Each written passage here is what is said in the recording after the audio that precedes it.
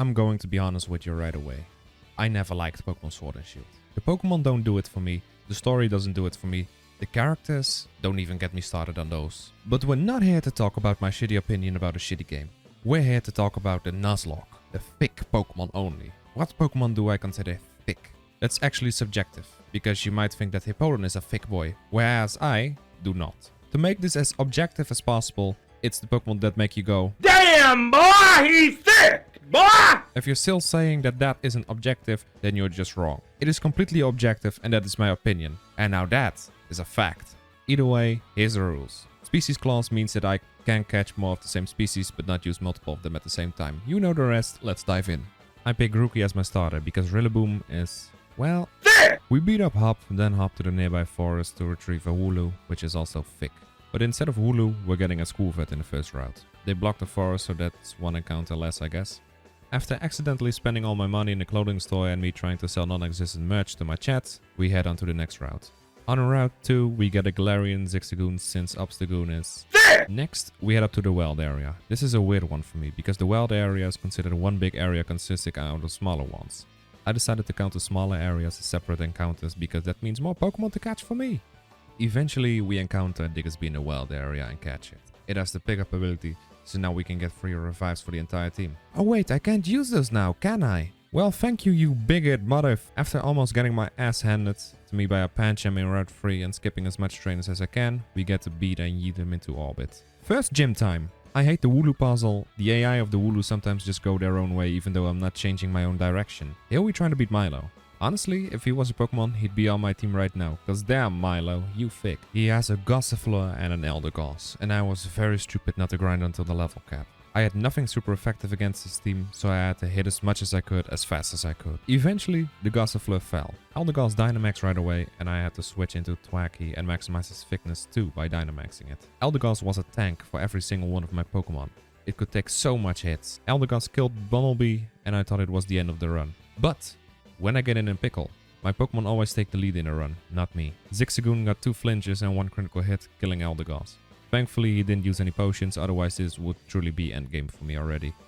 In between the first and second gym we catch a Wobbuffet, which is a great addition to the team. You know his moveset, he only knows 4 moves and has Shadow Tag. If you don't know what this ability does, it's basically a mean look, meaning the opponent can switch out. Not that it's nice for this Nuzlocke specifically, since most trainers don't switch their Pokemon, but hey, it's banned to Ubis because it's too overpowered in the metagame. Nessa and her water types are up next right away. As solid as the water typing is, her Goldeen went down to 1 hit. So did her Arrokuda, and then comes out her Dreadnought.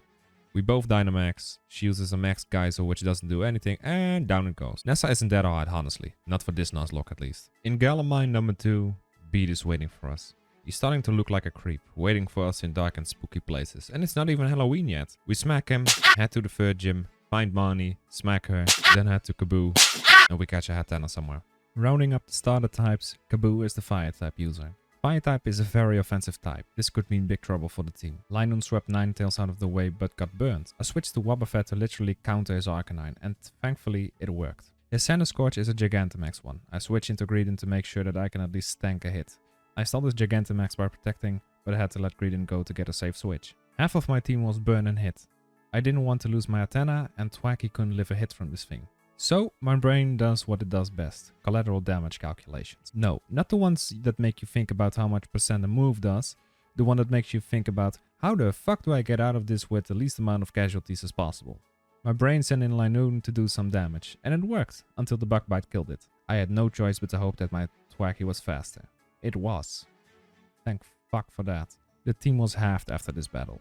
Before we're going to talk about the 4th gym, we need to head into the wild area again and make our way to Hammerlock. I decided to get some more encounters here, which resulted in the team getting 3 new additions, Stuffle, Bunnelby and Timpole. One of them is not a new encounter, regardless it's still a new addition to the team. The thing is, they were all extremely low leveled. This means we're going to grind again, but why would I bother you with that since you're here to follow the Nuzlocke?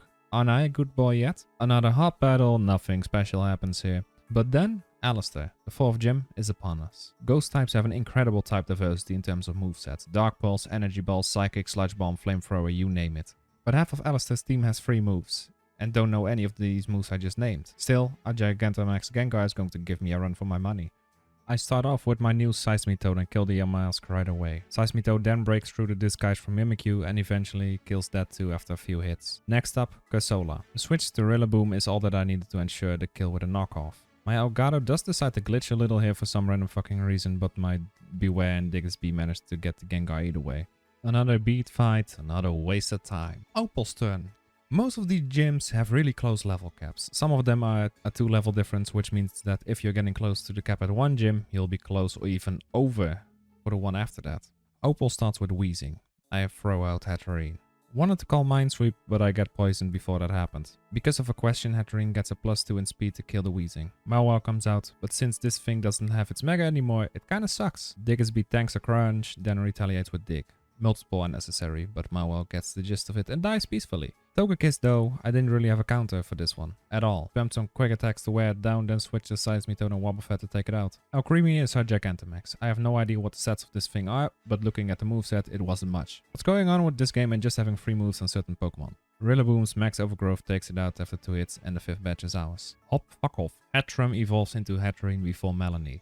This thing has been in the back for so long. I was hoping that my time invested in it was going to be worth it, since I've never used it before. I caught a Gurda in Route 8 and switched it in so it could be used against Melanie. Our next battle. Melanie, just like Milo, can be on my team cause damn girl, look at those. All of it. She starts off with Frostmoth, but that doesn't matter. Gurda is here to save the day. Out comes Galarian Darmanitan. It gets a crit Icicle Crash, which almost finished Gurda together with the hail. I decided it was time to let go of Gurda for a safe switch in. Hatterene takes the wheel, gets taunted immediately. How the fuck did she know I was going to set up? Psybeam knocks Darmanitan out. Ice-Cube wants to set up Amnesia, so I switch to Beware to hit it on the physical side, melting their ice face away. But because of the hail, it grows back. How about another Hammer Arm then? And another one.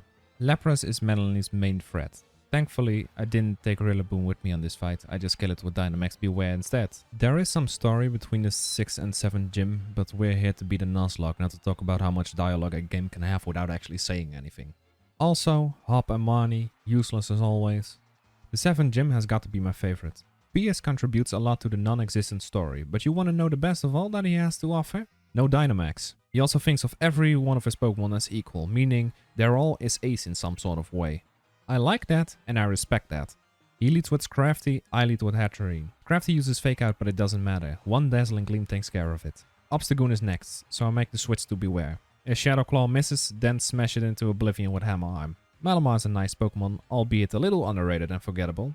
I make the switch to Rillaboom, knock his ass out with U-turn, and then get a free switch for Skuntank, which I happily will send out Seismitoad for. 2 hits, and PS is done. More dialogue, more story, but this time we're kept out of it by Leon. He was doing a great job at that, by the way.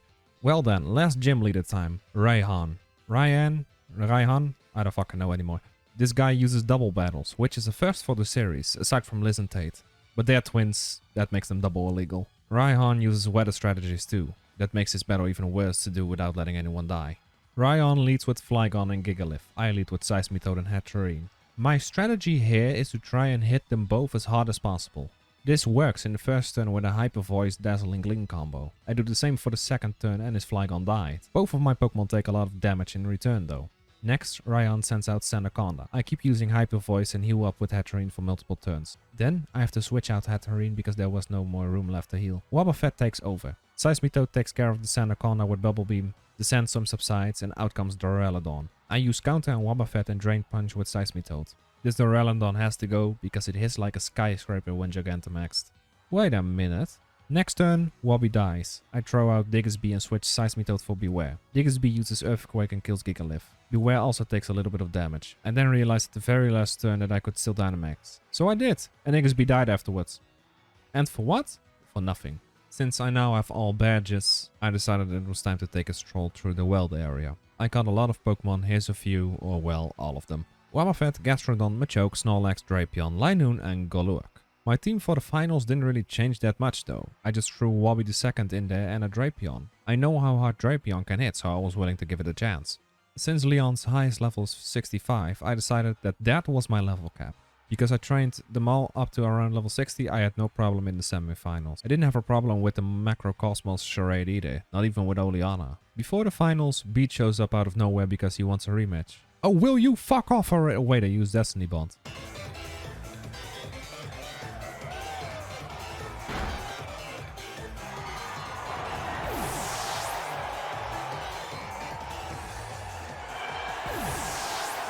Well, good luck. You better help me out for the last, like, 5 battles or something. I went through Nessa, Alistair and Ryan as if I was speedrunning. Then, when Leon was ready to fight, we get treated to a non-existent cutscene because I turned those off before I even started my playthrough. Not that it really makes a difference, since there's only like 3 cutscenes within the entire goddamn game. Well, I suppose we better make sure Rose doesn't do anything stupid. Oh no, he's doing something stupid because he didn't get his coffee. Such a good storyline. Then they'll eat Eternatus arc, and after 84 years, it's Leon time, baby! He leads with Aegislash. I lead with my new Eternatus because fuck you, that thing is thick as hell. In another universe, but still. A few damage exchanges later, Aegislash is down. Hexorus then makes a grandiose entrance. And exit. I'm faster and I hit with a stab Dynamax cannon. Seismitoad is actually a threat. Just ask mine. But I found that a wood hammer works nicely against it. Cinderace knocks Rillaboom out with acrobatics. I did it on purpose. Save switch in. Seismitoad and Dig get rid of it after a few turns. Next up, Dragapult. I love this one a lot, so I let it get a free kill. Drapion revenge kills Dragapult right after though. Now, for the actual finale, Gigantamax Charizard versus a couple of my Pokemon. I wasted a few turns on this thing just to make it more exciting for myself. Made sure to kill it with Hatterene, since it had to be worth the time, semen and effort I put in her. That's it. Pokémon Shield with thick Pokémon only. Believe it or not, this one took 6 months to make. I took a lot of time in between recording sessions. Why? Because I'm fucking lazy, that's why. If you enjoyed this one, make sure to leave a like, a comment and a subscription. It'll help me out a lot. Stay tuned for more and go take a look at my Twitch too. I do stupid stuff there all the time.